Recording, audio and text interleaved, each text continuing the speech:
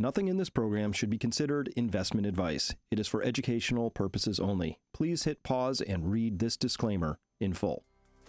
For those who are prepared, this will be one of the greatest opportunities that we've seen in quite some time, because the economy should start working normally again instead of artificially funneling to the companies that are supporting the agendas of the individuals who have been managing our money foolishly.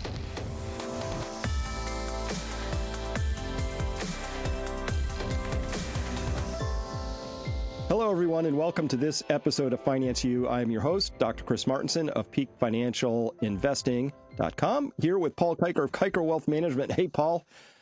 Wow. Good to be here with you. Hey, I tell you what, things are moving so fast, I didn't even have to get a haircut this week. Just the speed of things moving, treading my hair up for me.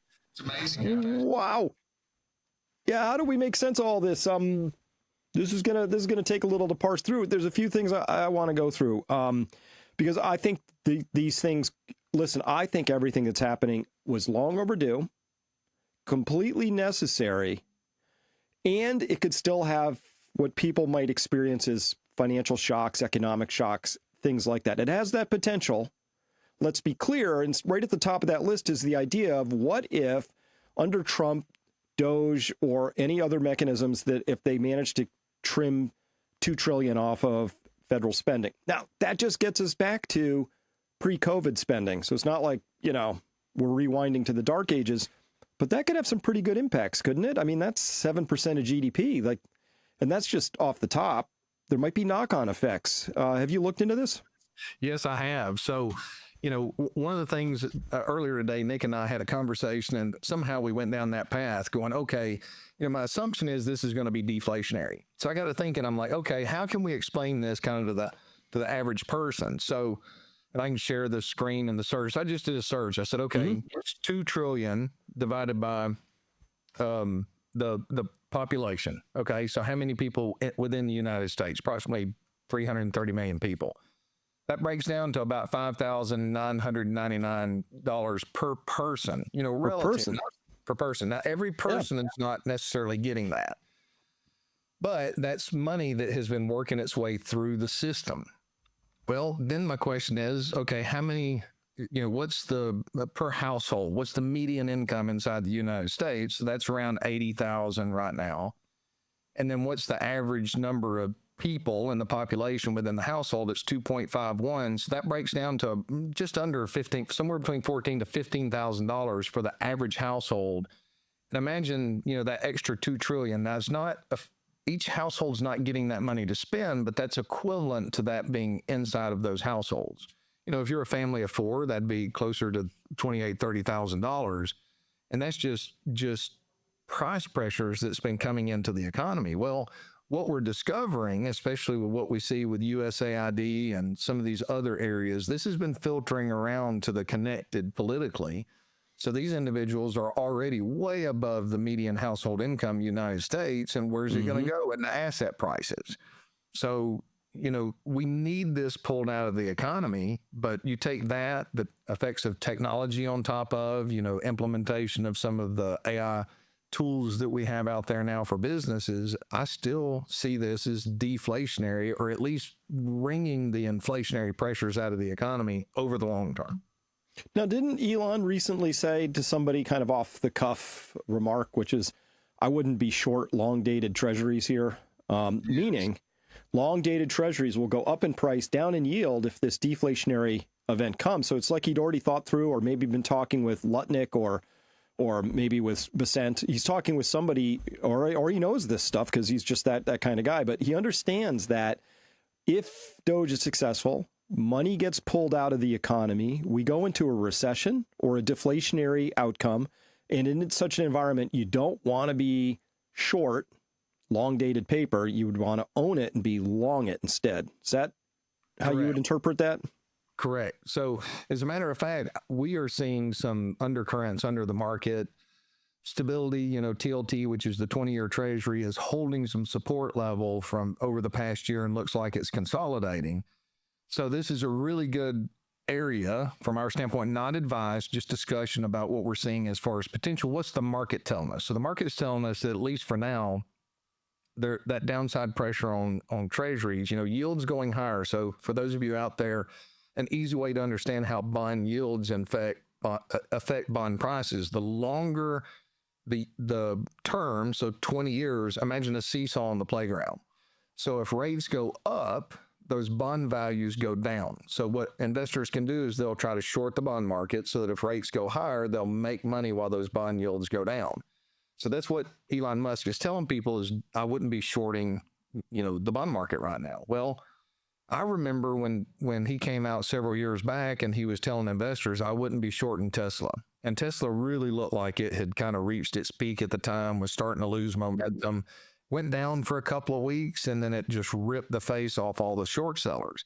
So, I mean, he's had a good track record of warning people about information that he sees coming in the future. So looking at this right now, it was encouraging to us to hear him say that because we were already starting to lengthen our duration, which means in our fixed income portfolio, we're stretching out into the 15 and 20 year time frame right now for the first time since 2021, where we shortened it dramatically because we thought rates were going higher, which they did. We were very fortunate in that position. So I'm seeing the potential for deflationary pressures to arise over the next 12 months. Too early to tell. We don't know the future, but the weight of the information tells us that's a potential outcome if they can pull off what it looks like they're doing. And the speed at which they're moving is absolutely really hard to keep up with. Well, it is, and it's cutting across a lot of dimensions. But I think what's happening here, Paul, my framework for understanding this, I spent time in the corporate world. We have two businessmen. Normally you have these career politicians like Joe Biden. I don't think he worked a day in his life outside of Washington, D.C. He's just a career politician. And that is a skill set, obviously. But we now have businessmen driving the ship. Now, if you take over, this is like a takeover of a company. We just bought a company. We peer under the hood and we're like, oh my God, this thing's a hot mess, right? We don't know if there's fraud here. We don't know what we're spending. We don't know how much we're earning. We don't know which divisions are positive for us and which are negative. So you go through what's called a zero budgeting exercise, right? A zero-based budget. And I think that they just froze everything. And now they're going to start like unfreezing it as they understand it. And that's going to actually be pretty bad because listen, we had decades of obviously just wasteful spending and going off in weird directions and we've all heard the stories, $2,500 paper coffee cups for the, Pentagon. It's gross, right? And that's why Bethesda has some of the toniest, priciest real estate in the world. That didn't happen because all those people are worth that much money. There was a huge hole in our fiscal boat, and they're going to plug it. Boy, that's going to cause some difficulties right away. And I think we got to look at this short-term, long-term. So I asked Grok to sort of help me, think this through, and it's good at structuring stuff. But it says, look, short-term impact, reducing government spending could lead to a decrease in GDP. Not could, it will, guaranteed. I think 7%, it's about 7% of GDP would be $2 trillion if they do cut that. That's a pretty big recession. But long-term, if it leads to more efficient government and reduced wasteful spending, it could spur economic growth, of course, freeing up resources for private sector. Maybe we have fewer stupid regulations that were just there to keep bureaucrats busy, et cetera. So I'm a big fan. I'm willing personally to take the short-term pain to get us back on solid footing. I think that's what's necessary. But I want people to be aware this could have a pretty good-sized impact on GDP, therefore portfolios and allocations and things. Yeah, it could. It certainly could. Well, and to add to the pain and add to the pressure here in the short run, we're better to deal with it now than we are to have this euphoria carry for another 2 or 3 years and it get weaker and weaker and weaker. We need to go ahead and have some control burns in the economy, which is hopefully what they're doing is the best analogy we can look at. Make sure our infrastructure is in place to wrangle it up, control those fires as they're there, but allow some deflation to take place. Now, for the average individual, if you follow all of the good advice that you have for building your financial foundation, a minimum of 12 months worth of an emergency fund, I believe right now that you should stretch out to 24 months, especially if you've got some really good profits in your portfolio. Harvest those now. Take advantage. You want to prepare for bad times. before they get here. You don't want to go try to shop before the snowstorm hits the day before, because everybody's waiting till the last minute. So if you're building resiliency in your portfolio by diversifying, pull some cards off the table, stretch out to maybe 24 months in that emergency fund. So what if you never have to use it? Now all of a sudden it becomes opportunity money. The second thing is really determine your exits before emotions take over. At what point do you need to put some stops on these positions that you have, and pay attention to fundamentals? Because if we get back to wringing out of all of this excess out of the economy, where they've been just throwing money everywhere for their own political gain and hoping that it's going to circle back to line their own pockets, which is exactly why some of these politicians have, these tens of millions of dollars in net worth. Go look at the best neurosurgeon, unless they're just a really good speculator on the outside, they don't accumulate that type of net worth of these career politicians, and they still have an income that's substantially higher than what theirs are. They're having to do it the honest way, the neurosurgeon, not the dishonest way. So I think these have a lot of impacts, and I think that speculation and the higher class has moved into the markets. I think they've artificially supported the technology area, which has fueled the bubble that's there, the Magnificent Seven. So, go back to the year 2000. We had an 80% NASDAQ decline on the end of the internet bubble, and the internet has expanded since then. It was just investors were too giddy. So this could be a potentially dangerous time, but go back and remember, from 2000 to 2003, it wasn't the end of the world. The economy trudged along. The money flew into the undervalued sectors of the overall market, went back to value stocks again. And for those investors who were prepared and adaptive, not passive, but prepared and adaptive, turned it into an opportunity where most people were just riding their stocks over the cliff, hoping that things were going to get better sooner rather than later. And by the time their hope wore off, the massive part of the decline was done. So for those who are prepared, this will be one of the greatest opportunities that we've seen in quite some time, because the economy should start working normally again, instead of artificially funneling to the companies that are supporting the agendas of the individuals who have been managing our money foolishly. That's well said, Paul. We're going to take a quick break here, and we'll be right back.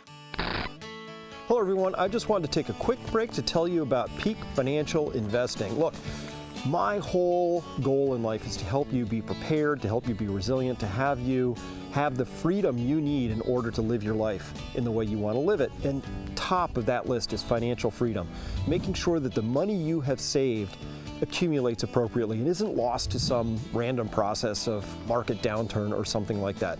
Peak Financial Investing is a place where we will connect you with our endorsed financial advisors who understand the world the way we do. You deserve to talk to somebody who is not going to look at you like a dog listening to white noise when you say, hey, should I invest in gold? Hey, is the dollar going to be okay? Hey, are there any big risks here? Are there any bubbles we need to be aware of at this time? Great questions. So when you ask those, you deserve to speak with somebody who's got good answers, thoughtful answers, and knows, most importantly, how they're going to respond nimbly as the world around them changes. Now, this is one of the periods of the most extraordinary changes we're going to see in market structure. China's coming up and rising. Geopolitical tensions are afoot. We have all sorts of realignments happening. The federal government is deficit spending like nobody's business. The Federal Reserve wants to get back to printing like crazy. We understand that gold is popping to all-time new highs. The story has changed. Your investment philosophy needs to be nimble and responsive to that. So, at Peak Financial Investing, we'll connect you with people who see the world that way, who understand how to run what's called a risk-managed portfolio to account for all the changes that are coming. Because if the Hippocratic Oath is first do no harm, our oath is first take no punishing irrecoverable losses. It's time to manage risk, it's time to understand how the world has changed, and it's time to make sure your portfolio of savings and wealth are there for you and can meet your needs all the way through your retirement. Now, back to our program. All right, and welcome back. Now, so Paul, that whole idea that we're going to get the economy back on sound footing, I like it. I have this view that maybe our economy has not been on sound footing since the great financial crisis, when, by my judgment, Ben Bernanke, and they chose cheap fixes, right? They papered it over. They didn't allow listen, a bunch of banks and financial institutions should have gone, morally speaking, but also technically speaking, should have gone bankrupt. And instead of allowing that to happen, because that would have been painful, and Ben Bernanke would have had to go to a party on Washington's, K Street, where there would have been some frowny faces, and it would have made him unhappy. They bailed everybody out, right? And no lessons were learned.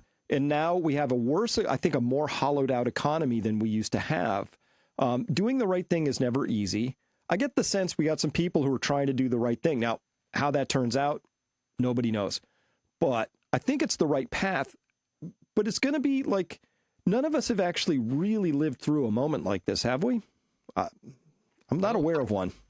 I mean, I've read similar periods in history, but when have you had an administration come in and do with the speed that this administration had as quickly as they have what they said they're going to do? And maybe that's crucial, Chris, because if we're having a hard time keeping up with it, imagine the arrogance of the deep state and thinking that they're never going to be caught with what they've done, and the media outlets are going to cover for them and protect them. Mm-hmm. I mean, if we had this conversation 10 years ago, people would think we're literally crazy, but now I'm going around and people are furious. They didn't know what USAID was. They had no clue that the Treasury was just approving any request for payment that was coming out. And this is in an area where people are going, hey, my tax dollars, I've been struggling to make ends meet, and they've been wasting our money this foolishly and collecting our taxes and fining us in every way and raising fees across the board and reducing government services. I think there's some shock. I think the markets are still shocked about what's taking place right now. But the average individual is starting to have some anger with this truth come to light. And then you've still got, the other side that's screaming, you can tell how close they're getting to them having some consequences for their past behavior by how loud they're screaming. Well, this is an important point because markets consist of reality, but also perception. And the perception I have right now is that we're miles apart from how things have been run to how things I think are about to be run. Cards on the table, Paul. I'm a total fan of let's run things in this much new, better way. But look I just put this out on the Signal Hour earlier today. USAID gave $4 billion to Pfizer. Now, why are my tax dollars going to grant money to one of the most profitable companies on the face of the planet, right? What do we do with the fact that 97% of all political contributions coming out of USAID, which is funded with my tax dollars, are going back to a given party, right? And what do we do with the idea that Politico, as a very left-leaning organization, got $8 million of grant funding from USAID to help run stories and do basic propaganda? But worse than that, Paul, we know that USAID funneled over $40 million using various cutouts to Wuhan University, the Wuhan Institute of Virology. So people are mad about this, and that's part of the perception. What do we do if market perceptions change really quickly? I mean, that's some pretty spicy stuff right there as far as I'm concerned. Really? We paid for our own misery with COVID? That's terrible. Who was involved?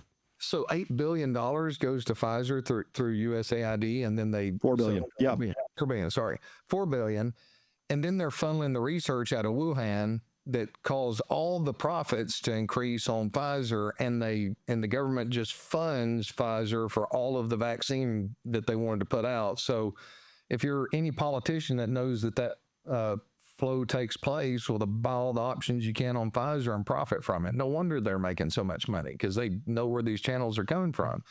Yep, but that's making it coming and going. It's a publicly traded company.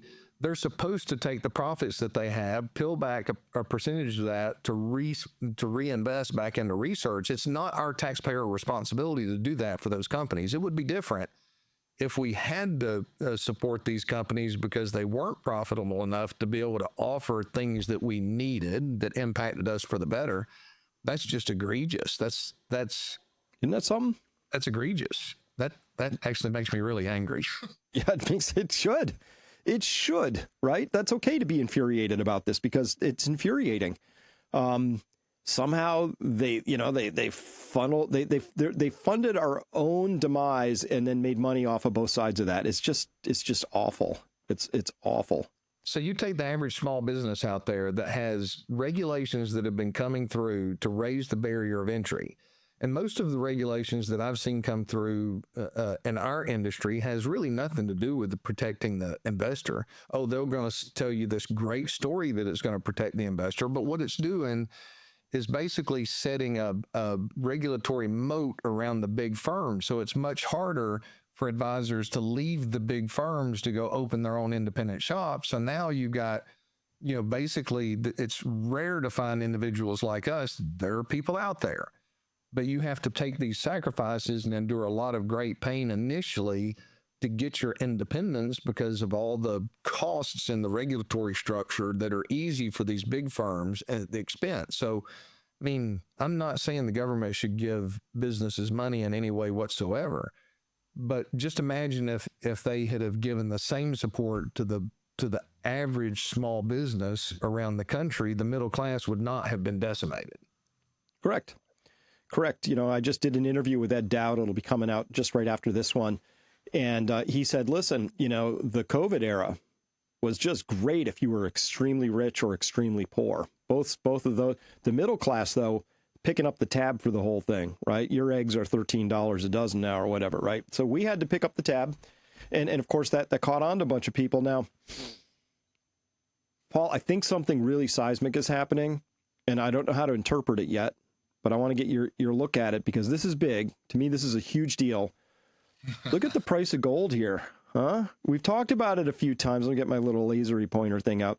So this is right here in February of 22, which is when the United States government, in its infinite Biden wisdom, froze Russia's sovereign assets and gold took off.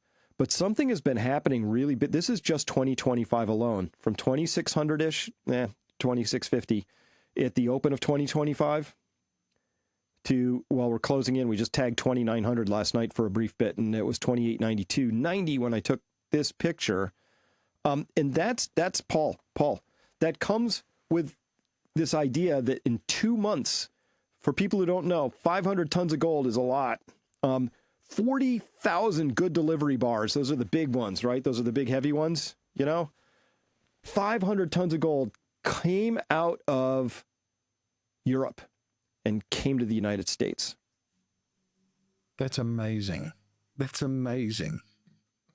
And COMEX, under the vaults in Manhattan and Delaware, now has 1,040 tons stashed in its vaults, which are the same as all the Swiss gold. So an entire country worth of gold now sitting in COMEX, which normally just has sort of trading volumes in there. Wow. Look at these red bars of the amount. Look at this. Look at this stuff.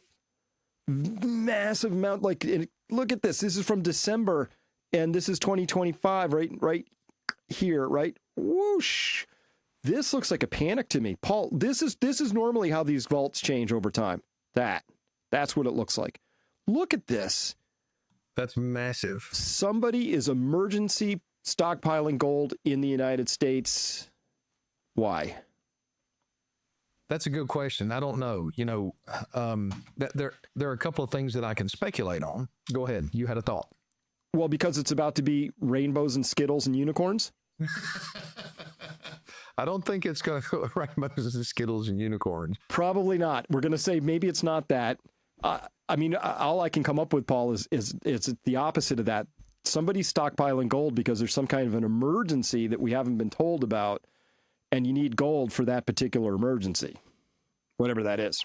There's something that people know out there. So there's a couple of things that I can think of. Based on if they're able to pull $2 trillion of just reckless spending out of the economy, that's deflationary in the short run. I'm seeing signs that like Elon Musk said, wouldn't be short the bond market right now, treasury market. But what if this has greater knock-on effects, right? So one of the things I'd ask Grok is what happens if 7% of the GDP, $2 trillion is pulled out? Now, it messed up a couple of questions that I asked, so you can't take this, but it's like the knock-on effects could be for every dollar that's pulled out, $5 is impacted to GDP. Puts you to a 20 to 25% That's huge. GDP for a recession. That's borderline Great Recession, Depression type material. Will that happen? I don't know. But the reality is now, what if we're running into default risk? What if this money has been propping up so many institutions and you're going to have a chain effect that's going to ripple around? So investors are deciding, hey, I want physical possession of that gold. So if there is a lot of bankruptcies, or if this is so severe that it triggers something in the derivatives market similar to what we worry about with the Great Taking, you're better off to hold it there instead of having it in a position to where the bankers could have leased out more gold than what they have, and you fighting with somebody else to try to get that gold. That's one potential. The other potential. Let me hold the other potential. I want to build on that for a second, because that's what this, for me, the reason. So this is big money, right? This isn't the guy, this isn't you and me going down to the store and buying some coins. This is big money, okay? So we're going to talk about big money for a second. Why does big money suddenly want to hold gold, which is, of course, a monetary asset, a tier 1, Basel III, it's a tier 1 asset.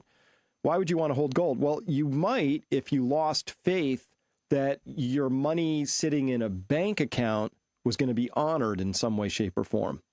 But you still wanted to hold money. Now, we can't have cash. It's not like you can just call up somebody and get $6 billion in cash if you're a family office, right? What do?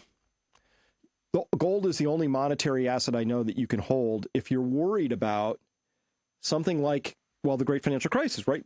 Bear Stearns fails. A little later, Lehman Brothers fails. Banks lose faith with each other. They all reel in their operations. It's terrorizing. They don't know if we're about to see the monetary light at the end of the tunnel as we pass into the netherworld. They don't know. Everybody's scared. This could be big money saying we're scared, or we've lost trust. Like, we know something you guys don't know, and it relates to institutional solvency. That's a possibility. Okay. So, all right, I was just building on your first point. Yeah, and to add on to that first point, the great thing about gold is it has no counterparty risk. If you have it physically and you can store it in a place that that it's going to be, correct, that it's not going to be leased out, there's no counterparty risk. If you buy Southern Company, not recommendation as a stock, just an example. The argument is they're Georgia Power, Alabama Power, Southern Company Power. Oh, we have to pay our power bills. Yes, we do have to pay our power bills. But if you had deflation severe enough and the cost of living went down enough, like it did during the Great Depression, Southern Company still has debt. They've still levered money that's out there. So theoretically, they could go bankrupt. You lose all of your shares. You lose your bonds. Maybe the assets are sold up. The bondholders would get, something where the stockholders wouldn't. But you could have an absolutely devastating event to where you lose everything there. So gold has no counterparty risk. So if we have deflation and the cost of living goes down 50%, that means houses go down 50%, your income goes down 50%. Anybody who is in debt is in trouble. They're bankrupt, okay, unless they've got enough capital to survive that. Gold could go down too, but the difference is it'll still maintain the purchasing power and you don't have to worry about losing at all because there's no counterparty risk. That's one thing that makes it the safest asset. It also protects you in case you had a currency collapse too. So if you had to take it personally versus cash, let's say they could get $8 billion of cash, right? They're sitting on 800 million. Let's just use that.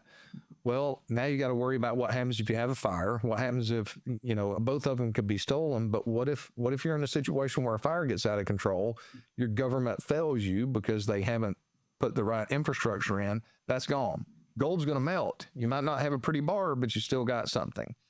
The other hand is if we had a currency crisis, so let's say Trump just decides, hey, I don't want to have this pain. We're going to print money like crazy. And you have a currency crisis and hyperinflation ensues. Well, gold can protect you against both extremes versus that cash. So cash has one optionality. If we have deflation, that's good. It's not in the banking system. But if we have hyperinflation, you can kiss the purchasing power of that money gone. Gold is flexible enough to jump on both sides. I'm not saying it's the perfect asset, but at the extremes, it is one of the most flexible assets to protect an investor. Agreed. Now, you and I, let's talk about option 2. There could be some sort of monetary fiscal accident. We've talked about this before, but for anybody who hasn't seen those episodes, Janet Yellen in her infinite trollishness, left a big old goose egg for the incoming Trump administration, right, Paul? So we hit the debt ceiling, and we're going to have to navigate that debt ceiling, which is always this sort of political drama, and there's, gamesman, brinksmanship, all that, but with one of the most fractured political landscapes I've seen. So that could be extra fireworky. And then you had that, Samantha LeDuc had that thing, that chart that showed, I don't have it with me right now, but it showed $9.2 trillion of refundings in the Treasury market. So we're going to have huge amounts of demand on the Treasury market this year, just never before seen levels. And that's without any additional deficit spending. Okay. So that's pretty big. And then on top of that, Paul, we got to connect it to this. Kevin Malone on Twitter showing it, breaking news, the Federal Reserve's reverse repo facility, a little wonky, but I'll tell people what that is in a second, hit its lowest inventory in 1,385 days today. Do you know what's coming? He asked. And I drew that blue line to show you because the treasure, that little call out box covered it up, but that's been going away. So this has been stealth QE. So the Federal Reserve has been very, very proper, winding its balance sheet down. On the back of this, $2.5 trillion of reverse repo stuff was out there liquefying the markets, and they've been drawing it down.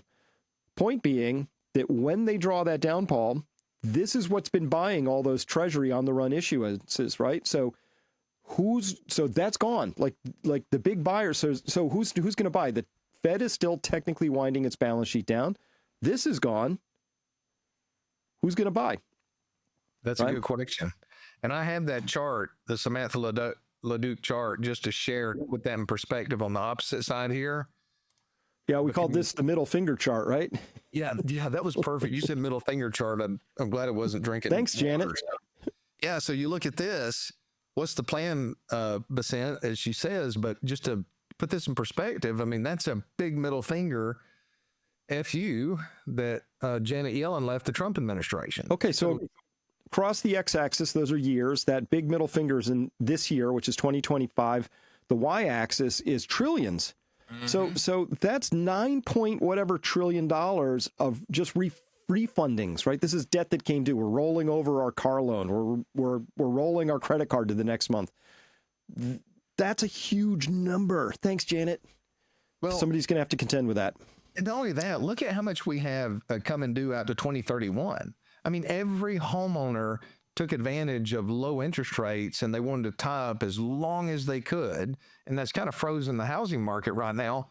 So if your average American citizen is smart enough to stretch out their mortgage at 2.5% interest rates, why in the world is somebody that's running the Treasury that came from the Fed not taking advantage? You should have this way out here. Even then you shouldn't, because you've got that risk. It should be spread out.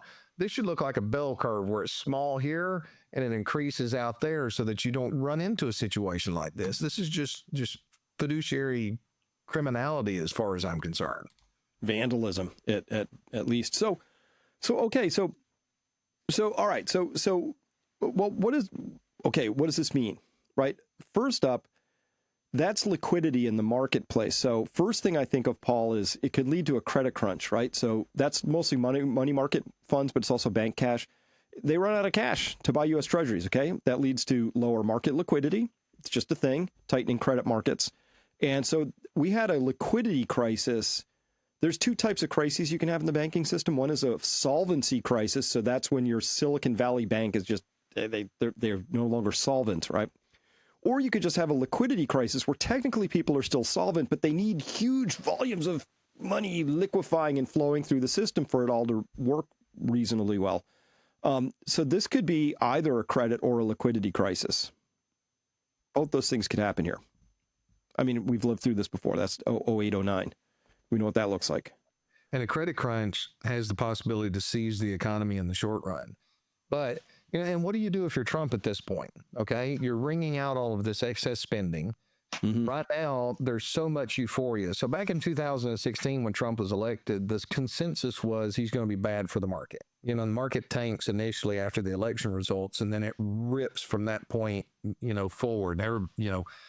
Half the population that was supportive of him especially in real estate, they were so excited because things kind of picked up from that standpoint, and other investors were euphoric. So we're coming into this situation now, and the consensus on the street is Trump's going to be great for the markets, and we're seeing that. So you get a little bit of a sell-off, or December has a sell-off, which was kind of needed into the end of the year. Then you get the trade war sell-off, and that's over real quick. But there's been massive amounts of money that has flown into risk assets. So investors are investing from a standpoint of course, Trump's going to be great for the economy. But the one thing, if they're wringing this excess out of the system, they're shutting off these payments. And what is it? One of the papers, the news came out. I didn't get the chance to dig into it, had trouble with their funding, and come to find out that USAID was circling money back around. You probably. Oh, that was the Politico story again. Politico, that's right. Yeah. So if you're shutting all this down, what's the best thing to provide capital for that funding is a market sell-off and scare.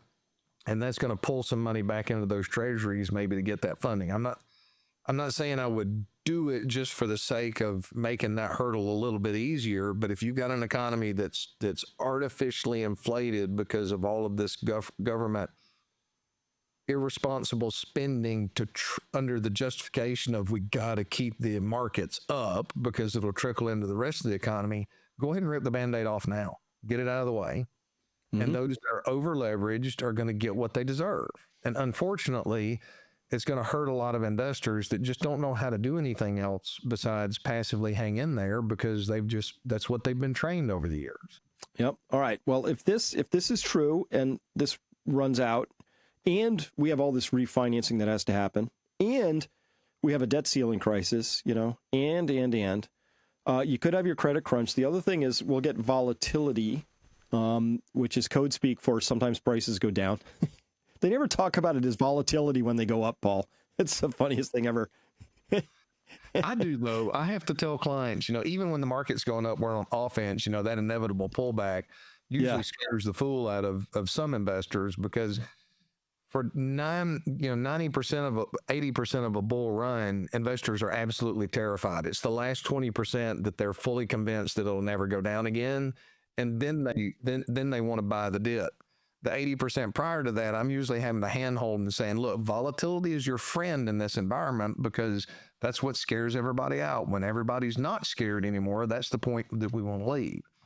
And that's one thing that I'm seeing in the gold market right now. I mean, I've been shocked a couple of times about gold consolidating and breaking higher. But the fact that, we recommend, this is not a recommendation to everyone out there. It's only for individuals that I've looked at their circumstance and that it does make sense, but, holding approximately 10% physical gold from a long-term standpoint. I'm still having to talk people into that. I'm still having people say, well, I feel that's a little uncomfortable to me. And we talk it through, and I develop a plan to get them there. When the time comes that people are going 10%, that's all. Can I have 20 or 30? And I'm having to talk them back, right? That's the point where I'll start getting worried about the gold bull market. But these breakouts that we've seen over the past week, I don't know what it's telling us, but it's speaking something. We just can't understand it yet. But we'll find out 6 to 9 months from now. But this is a huge breakout in gold. And especially, there's no euphoria, there's no momentum, there's no conversation about it. I mean, that's the point. That's the interesting thing. I mean, I ran into, I'm trying to come up with a name I ran into an individual the other day that we've talked about gold for quite some time, and they've been a buyer. And they're like, what do you think? It's too high. I've got some more money. I'm like, we had a big breakout, buy some more from a long-term standpoint. Well, but it's too high. And I know what'll happen because in 2012, that same individual is ready to go all in and we're getting a sell signal. And I'm like, look, it's time I'm grabbing him by the belt and pulling him back saying, slow down, do the opposite of how you feel sometimes. And that'll help you be a better investor. What do they say, right? Bull markets climb that wall of worry, right? Yes. So I same conversation. I've talked with a few people. Nobody's calling me up going, woohoo, laser eyes, Chris, new high for gold, right? There's none of that cheering. It's not happening, right? That's when you find you're closer to a top, and I'll have a different conversation when that happens. But we're still at the wall of worry. Same conversation. Seems kind of high. I don't know. Kind of wish I'd bought a little while ago. That is the classic wall of worry buy pattern. Wish I'd bought it then. not now. And then later they'll be going all in at 4,000, 5,000 an ounce, both hands, both feet. And you and I might be having a different conversation going on. I don't know. Right. So that's classic. But so that feels bull markety to me too. Right. Just the sentiment, like nobody's crowing about this. Yes. Nobody's emailing me. Nobody's calling me. My Twitter feed is almost dead silent on the subject. It's right. Perfect. I'm not seeing much there either. And this is the basis of how those markets move. Another thing that's interesting to me is we build a gold mining strategy.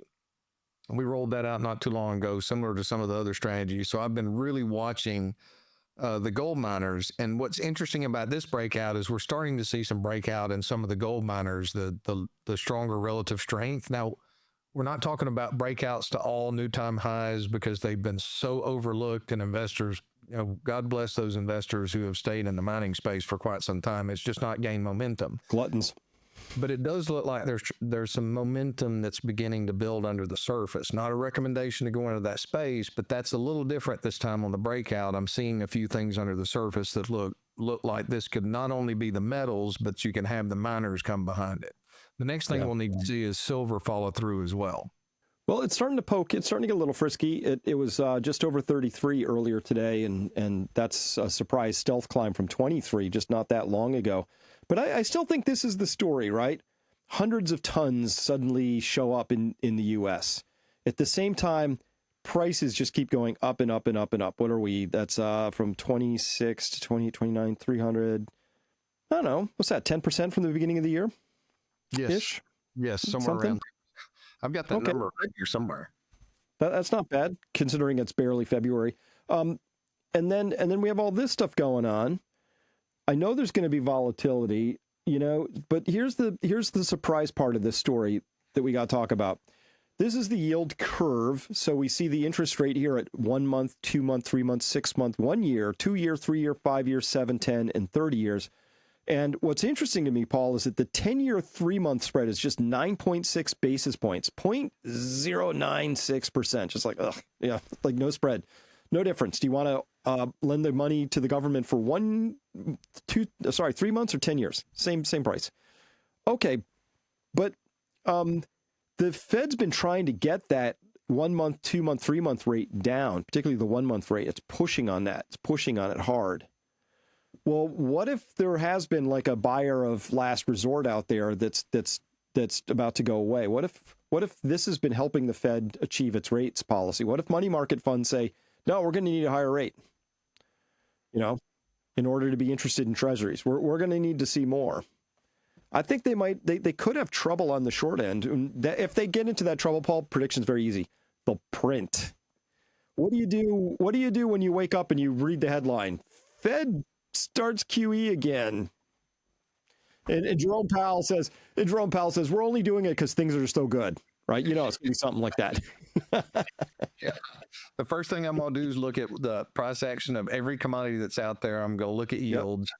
I may potentially move short some of the yields from a long-term standpoint and move aggressively into commodities, because we're at the point that if they come out and print like that right now, the embers of inflation are still working under the surface, and it could get out of control. Mm-hmm. And now, doesn't really matter how much the Trump administration cuts out of the spending, those other inflationary pressures are going to more than make up for it. So I'm curious to see how this unfolds. I mean, a lot of it has a political dimension I can't analyze because I just don't know. I don't know what backroom deals they make. I don't know how they operate, but I could easily see a stalemate really not being a good thing when you've got $9.6 trillion of refundings that have to happen and a debt ceiling that's looming, and there's not a buyer of first resort cranking out there called the reverse repo market, et cetera. So that could get spicy. We could see that volatility happen. I have one other possibility too. You have a response to that? No, go ahead. It's another thought that came up going back to 2008, but I'll bring it up in a minute. So okay. Well, I'm still trying to make sense of why so much gold suddenly went from Europe to the U.S. And it's not just, Paul, it's a lot. It's a lot. Remember, Germany wanted 300 tons back from the New York Fed. They made the request in 2013, and we had to read all these articles like, oh, it's so hard, and they have to like get planes and security guards, and they'll have to find a forklift. I don't know. They were saying it just took 4 years. It took them 4 years to get their 300 tons back. Then I wake up and they're like, oh yeah, we just pulled 500 tons out of Europe. You just put it on planes and brought it here. Like no big deal, right? So obviously different story going on. But here's why I think maybe if there's an institutional failure out there, I would submit there's a good chance it's somebody in Europe. Well, that's why you would flee Europe. The only other thing that makes sense from fleeing Europe is potential tariffs, but on that capital coming back in here. But I don't understand the parameters of the tariffs enough to know, or sanctions on other, but coming back into the U.S., that's like, I want to get out of Europe and I want to come over here. So any of those, Deutsche Bank, ING, of course, been this the second time for ING, 2008, hit them hard, ABN AMRO. I mean, the knock-on effects of that would be really a credit crisis. Well, I mean, it could be. European banks have a long history of getting in trouble during financial crises. But again, this is just astonishing. We went from about 17 million ounces up to 33, almost a full doubling of the amount of gold held from 500 to over 1,000 tons. That's a huge amount. I've got another chart that put it in perspective in a short run that I wouldn't mind sharing with you here by Garrett Goggin. Yeah. CFA and chartered market technician, which that's one of the things I want to finish getting at some point in the future. So COMEX gold deliveries, 2.9 million ounces. Last time this happened was never. And I like this because that's 2000, 2004. And here is the chart right there. Whoa. Look at that. A little different chart, but it does put it in perspective. Just this, that's, Chris, as you're saying, that appears to be panic. It's saying something. It absolutely is sending a message. Whether we're reading it right or not remains to be seen. Right. But it's not nothing. It's not just like, it can't just, Paul, it's not just tariffs, right? If you're worried that there's going to be 10, 25% more on imported gold that comes through Europe, you know what? You bring it in through another vector. Mm-hmm. Or you don't even worry about it because you're JP Morgan, you have vaults in London, you have vaults in the US, you don't really care, right? If a client says they want gold, you're like, great, it's in London. How much do you want? No tariffs.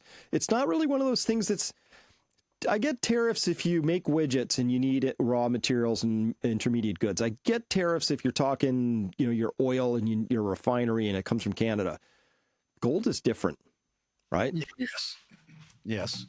Well, I want to show a chart and kind of talk through just typically how things happen. So let's look at gold here in the short run. And I follow end today mostly, but I follow the OUNZ, which is the Van Eck Merck Gold Trust. So this is a spot, but it's 100% physical gold. So this is what I track. Now, what I have on the screen here is this is the symbol. This is relative strength up here, price. But this is a support and resistance levels. So red is typically support. And then green is red is resistance and green is support. So after that move in March last year, gold kind of hit this level again. That became support of a floor for it to move higher. So we get this short-term, resistance at the top back in late October, early November. We work around and we consolidate. I was expecting a lot more struggle to break through this price because this breaks us out to new highs. I mean, we had no problem breaking through that resistance and have cleared to the top side. And I think, Chris, I lose track of time, so it was maybe a spring of last year where we talked about the big breakout that occurred back then.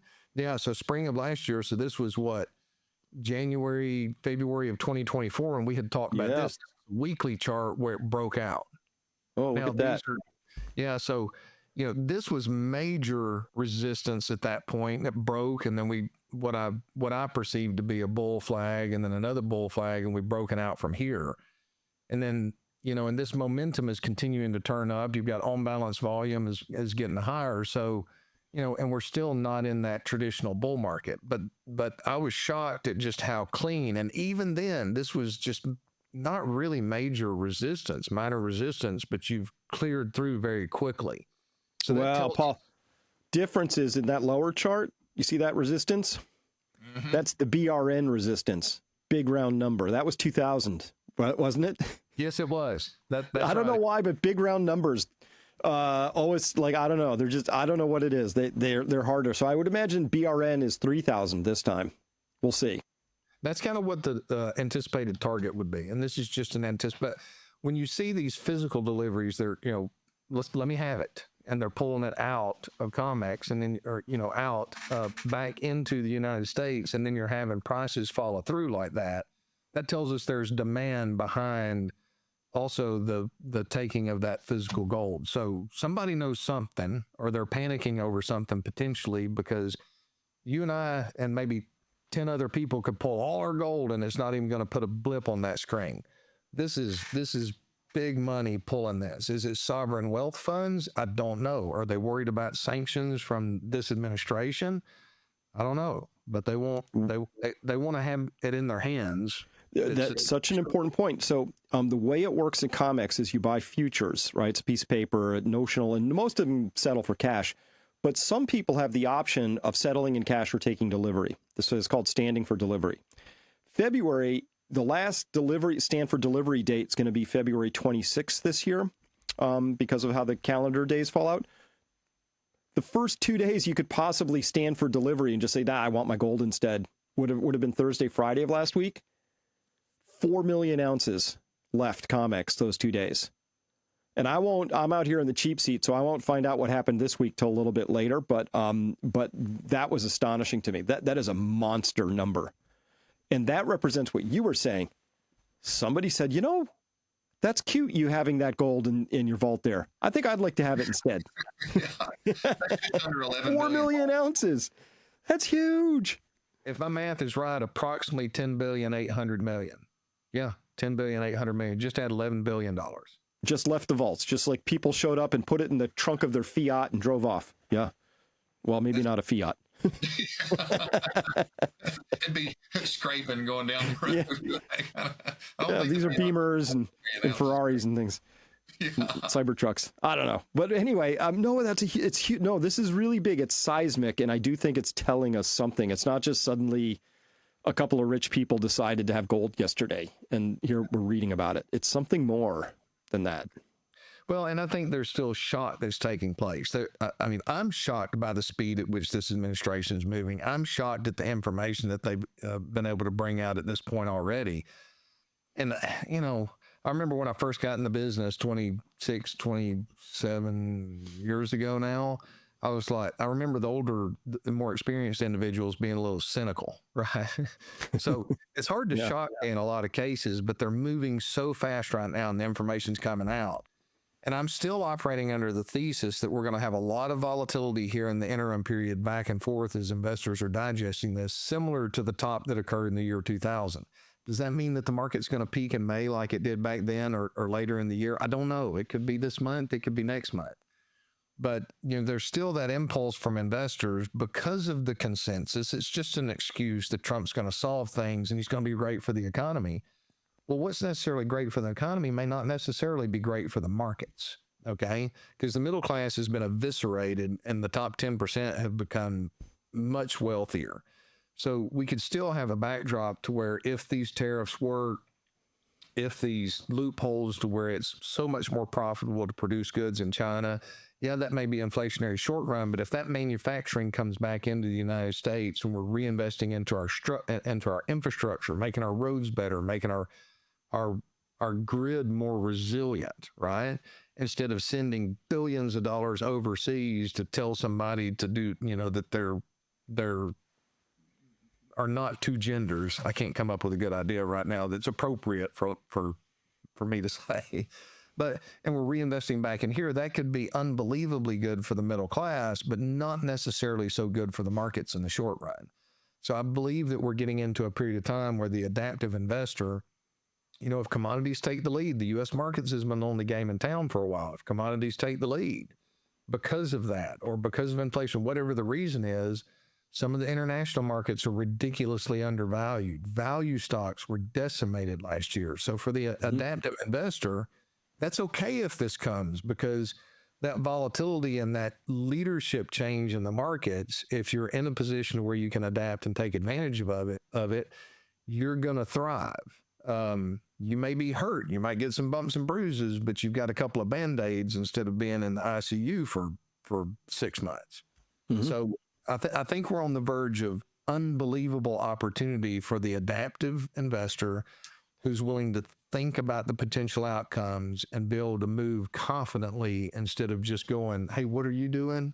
What are you doing? And what are they telling me that I need to do? And so, I don't know when, especially if unemployment goes up, I think the tailwind of passive investing that's just, doesn't care about cash flow, doesn't care about the valuation. They're just buying because, that's what I'm told to do. If that tailwind for the markets leaves, I think we could be in for a pretty volatile time. That's an educated guess based on what we're seeing take place right now. And by volatile, you mean things go this way? Oh yeah, volatile down. There's a difference between bouncing back and forth, but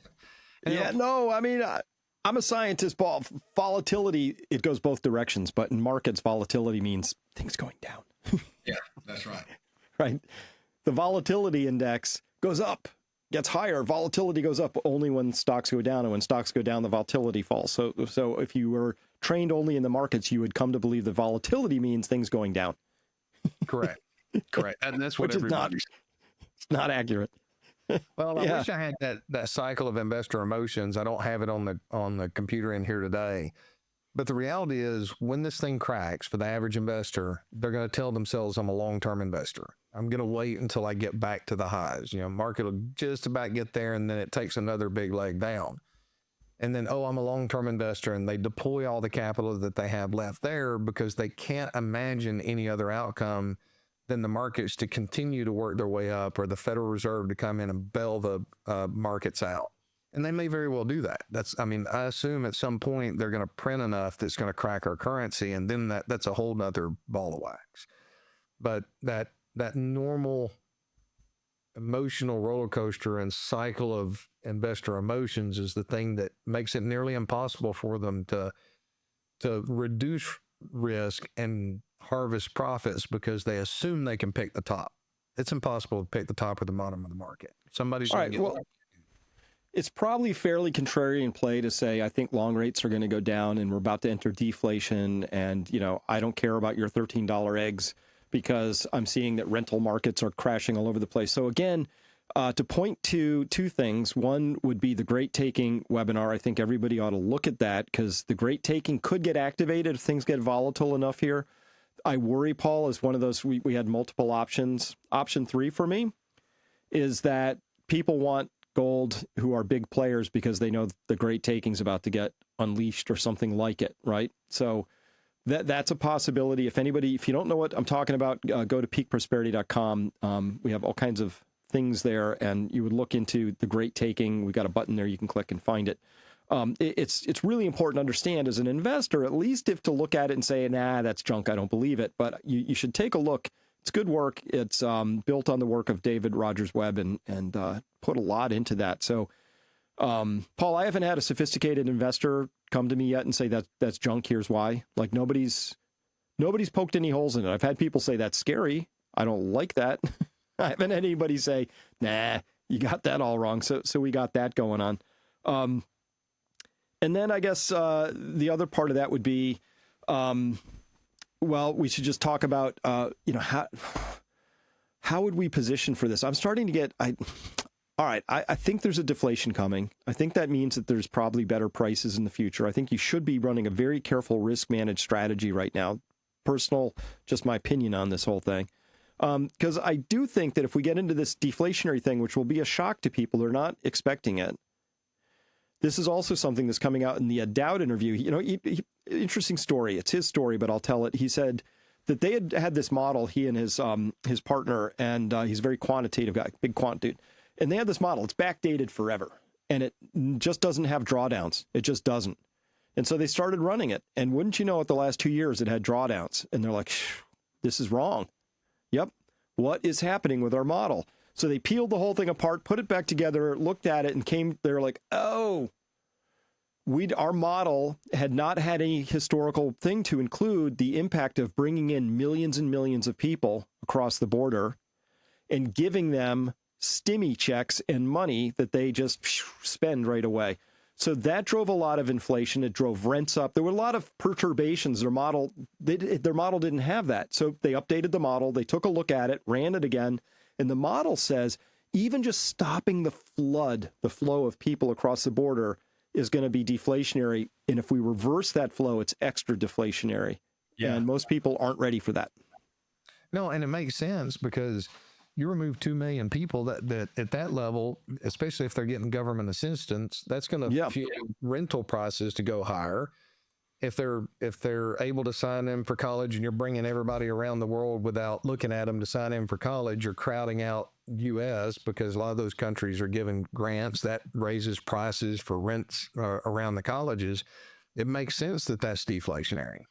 Yeah, I got to find this because I just saw this. I'll talk about the Great Taking real quick while you're there. Sure. So I will encourage individuals to watch that because it's impossible for me in the period of time that I have with clients to sit down and, even in a 2-hour meeting to explain all of the intricacies around the Great Taking. So one of the things that I would recommend you watching that video, you can learn the risks, you can learn different opinions that are in there.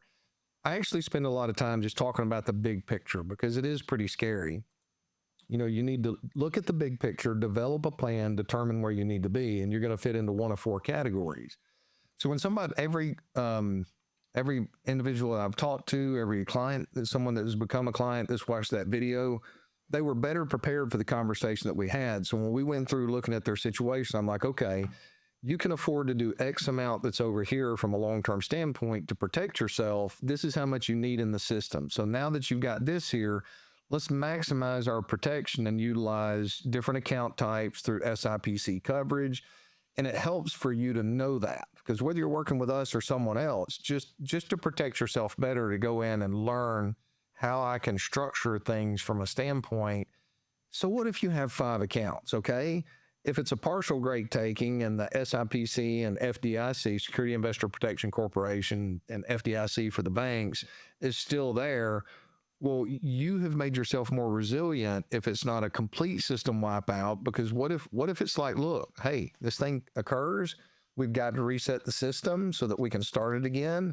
We're going to backstop FDIC. We're going to backstop SIPC. Well, what if you're an individual that has $1.5 million in a single account and you could restructure it to where now you can, instead of $500,000 of SIPC, you've got $1.5 million. Well, now you might have $1.5 million if absolute, not worst case, but the best worst case scenario. And perfectly legally, right? I mean, this is how it's structured. They have to be certain account types and right? And you just say, oh, well, these I could clearly have it in these 3 account types, right? Individual, joint, whatever. That's just how the rules are. So why not play safely? It sure is. So it's like when I talk to clients and, if they have property, I'm like, do you have an umbrella policy on your farm? Okay. And they're like, well, no, why would I need that? I'm like, well, what if one of your kids' friends are over there playing and something happens? You need an umbrella policy to protect yourself. $2 million umbrella policy costs you a couple $100 a year, and it provides that shelter. Well, maybe it won't happen, but if you have it, that's the most valuable thing that you could own as far as an insurance policy. So you implement these things and maximize SIPC, maximize FDIC. And if you've got so much money that it's hard to maximize FDIC, then go to Treasury Direct and buy treasuries directly so that you don't have to rely on FDIC.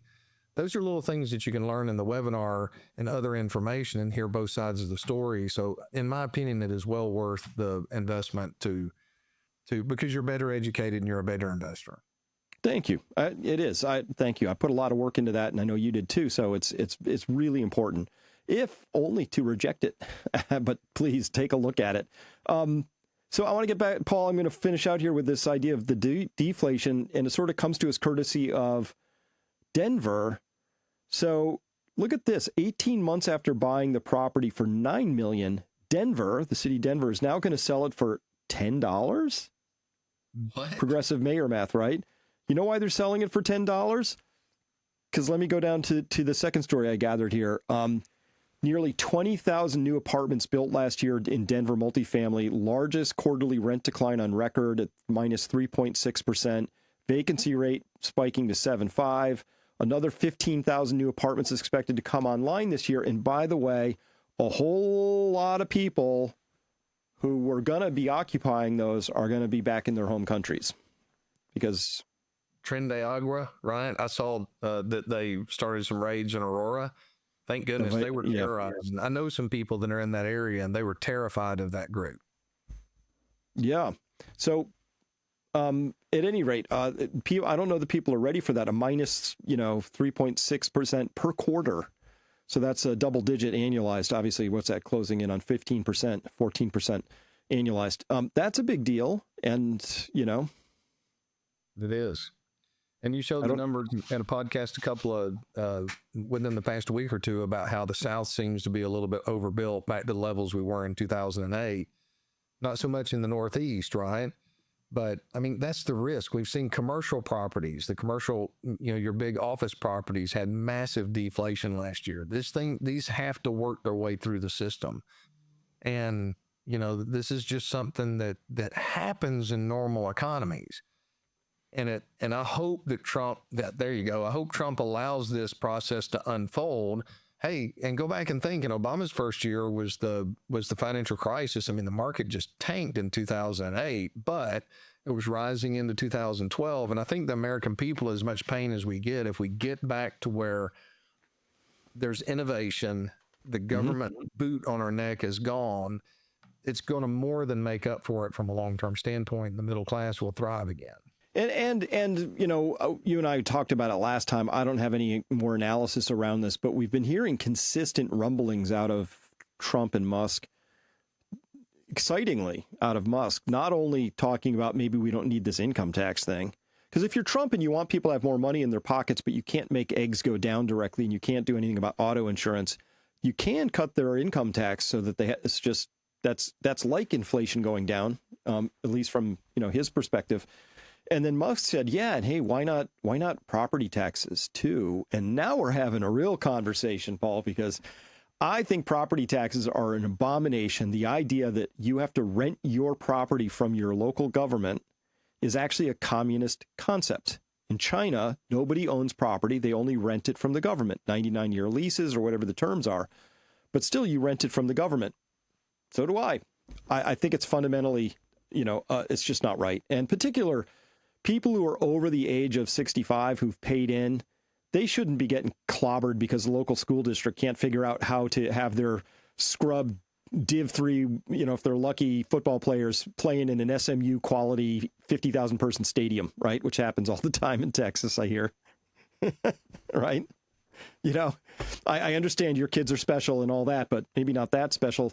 But I think, yeah, we're going to have those hard conversations again, which is now on the table because of Trump and Musk. They're like, hey, maybe this doesn't make sense to do it this way. I think property taxes, we ought to have a conversation about those. I think we should too, because I will tell you, the counseling that I do, kind of volunteer counseling for individuals, and I try to help older individuals that, they may be in their mid 70s, early 80s, bad financial decisions, just didn't prepare enough, and they need a little bit of help. The greatest pain that they have if they've been able to pay off their home is their property taxes and their insurance. And it's one thing if you take the risk on the insurance, you're going to lose the whole asset. But at least you can take a chance there. If you can't afford to pay your property taxes, the government's going to seize it. They're going to sell it for the taxes on the courthouse steps. If you don't pay the person the taxes plus the 10% or whatever interest is on top of it, then you're going to lose that home for pennies on the dollar. It is not right. And it's one thing if it was set at these individuals, 20 years ago, but it continues to go up each year so that your local governments can foolishly spend the money. Well, they're taxing an unrealized gains. You're this 80-year-old person. You bought your home for $37,000. You paid it off in 1981. You might be paying taxes on a home that's worth, according to your local government, $370,000, right? Why are you paying taxes on unrealized gains? I thought that was a bad thing. When it comes to stocks and wealthy people, like, oh, no, you couldn't do that. That would be morally wrong. Well, we do it every day to people in their houses, and we do it to elderly people when we know we're going to kick them out of their houses because they're going to have to lose their homes to an auction on the courthouse steps. It's wrong. It's morally wrong.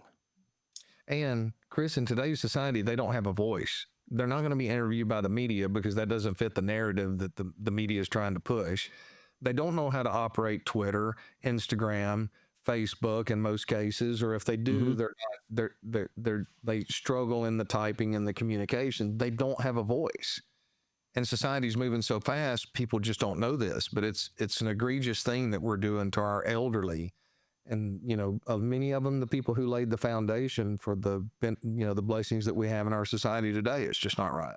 Totally agreed. Well, Paul, I think that's our time for today. So I'm going to call it there. Remind everybody that if you want to talk with Paul and his amazing team, you're going to go to peakfinancialinvesting.com, fill out a simple form. Somebody will be back to you in 48 hours. And if you're interested in doing that, you do it soon because Paul has a very busy calendar and schedule at this point in time because he leaves an appropriate amount of time for all his existing clients.